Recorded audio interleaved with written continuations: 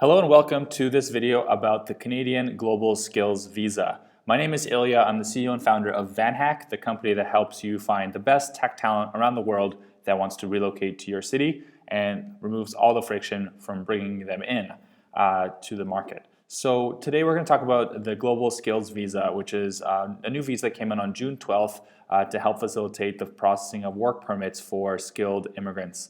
And the process takes 1 month, 2 weeks to get the work permit, and then another 2 weeks in order to get, the LMIA, and then another 2 weeks to get the work permit.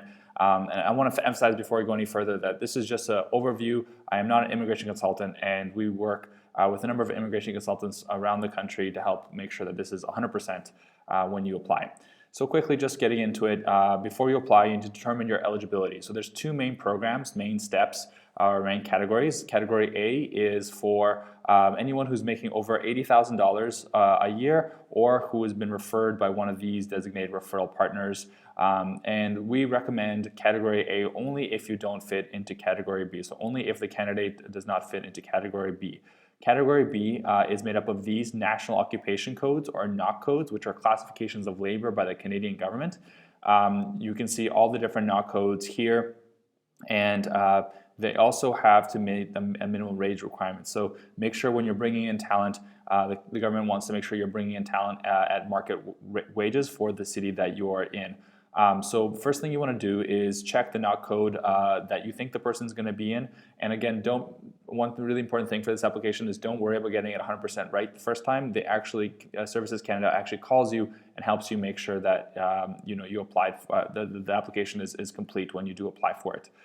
So you click into the wage report here just to see, and I've already kind of here on this one, I've already searched through Noc 2173. And for example, in the Lower Mainland, Vancouver, this is the average. You have to be above this $37.96 per hour, and you can kind of see different provinces and different locations around the country what the average salaries are, and make sure you're within those. So that's very important. So let's actually move into the actual form. So just click into the form here. This is the form. It's just one form that you have to fill out, and we'll go through it quickly now. So first thing, section 1. Let's start there. Is are you seeking to fill a role that is on the the actual website with the Noc code, and so yes, most of the time if you are, and then if not, then you have to be referred to. So basically, if you're not Category B, you would say no. So if you're Category A, you would say no here and yes here. If you're Category B, you would just click yes here and skip to. This next part is really, really simple. It's just basically your company information. So here, if you have a referral partner, put them in here. And this next part is your company information, your business information. So CRA number, business legal name, address, website, etc., etc. Some more information about the employer. So this would be the person filling out the form. What language you'd like to speak. So very, very kind of basic stuff. Third-party information. If you are using a third-party visa consultant, then you put the information here. And then job offer details. So information about the job offer, what's the job title, which Noc code you suggest. Again, this is just suggested. You don't have to be 100%. If there's any other temporary foreign workers, TFW is a temporary foreign worker. So this is someone who's on a temporary work visa. So this would exclude Canadian permanent residents or citizens here. So if there's other people working the same job who are also on work visas, say how many there are. Job duties, I would just copy and paste the job description. Expected employment start date, again, not 100% needed to be exact, just when you think they'll be coming in. Expected duration, I would put 2 years and just say he has or she has a work visa for 2 years. This is a 2-year visa that you're getting. Part of the union, most of the time the answer to that is no. And then language requirements, usually you just need English, so I would put English. If you're, need French as well, put those two. Minimum education requirements, whatever that might be. Usually it's either secondary school or a bachelor's degree, of course, but that depends. If there's any kind of skills they need, so X years of experience and maybe some programming languages that you want them to work with. Have you tried to recruit Canadians or permanent residents?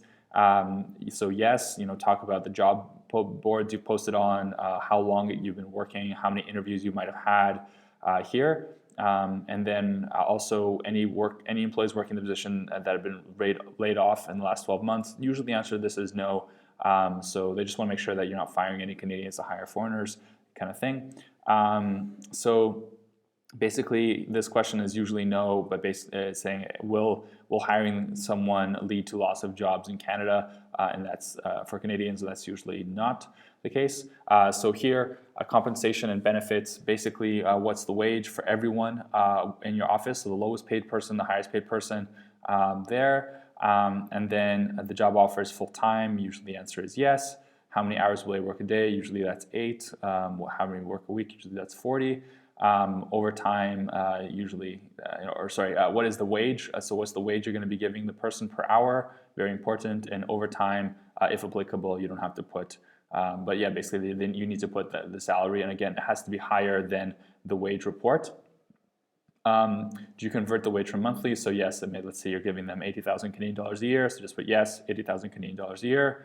Any other benefits are included in the offer, such as medical, dental, etc. How many days of vacation will they get? Talk a little bit about your office, the hours, maybe 9 to 5, etc. Talk about where the office will be, what the location is here. So now we get to the mandatory benefit plan. So the benefit plan here is talking all about what you need to do to improve the Canadian labor market. And we have actually an example of this here. You can just find it on our website. And basically, you want to talk about things like upskilling Canadians through training, target hiring of underrepresented groups, outreach in schools, maybe hiring going and giving speeches. So you can see our example in the blog post here. And I'll also be adding a little bit more content to this. But as you can see, it doesn't have to be super detailed, just kind of high-level stuff. But you also want to be able to, you want to be able to put something here and make sure that the start and end date is the start date of when you expect them to start, and end date is always 2 years out. That's when their visa will expire in 2 years. So make sure you have one mandatory benefit if you're doing category B, which is usually category B, and then 2 complementary benefits there. And again, this is just stuff like you think that by hiring this person, it will be able to improve the Canadian economy in these ways, and just brainstorm and think of things like hiring interns, hiring other Canadians for other maybe sales roles or marketing roles, customer service roles, things like this. So just fill that out there, and then will this job offer result to job creation?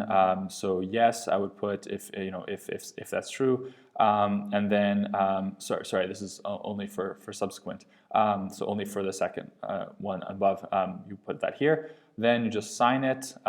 If you have a third-party representative here, you do that. And then here at the end is just information for your credit card. It is $1,000 for the application every time you apply. And then you want to put the candidate's information here. So just name as it's shown on the passport, location, etc.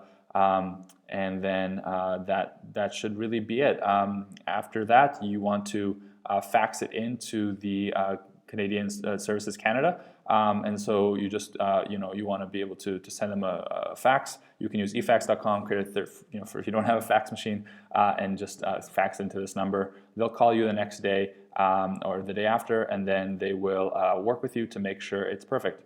So that's really it. It's really straightforward. It shouldn't take you too much time, but of course you want to make sure you have a complete application. So what happens after is they'll call you, they'll go through the application with you, really make sure that you've done it correctly. If there's any changes that need to be made, you can make them and fax it in again. And then after 10 business days, you will get your LMIA approved. You give the LMIA code to the candidate, and the candidate then applies for a work permit on the Canadian immigration website. So just on cic.ca, and then from there, another 10 business days, and they will have their work visa. It'll be a 2-year work permit that is kind of a closed work permit to your company, and they'll be able to start working. If you have any questions, please get in touch with us. You can just email contact@vanhack.com. And again, my name is Ilya, and Thank you so much for watching, and I hope this helps you bring some great tech talent to Canada.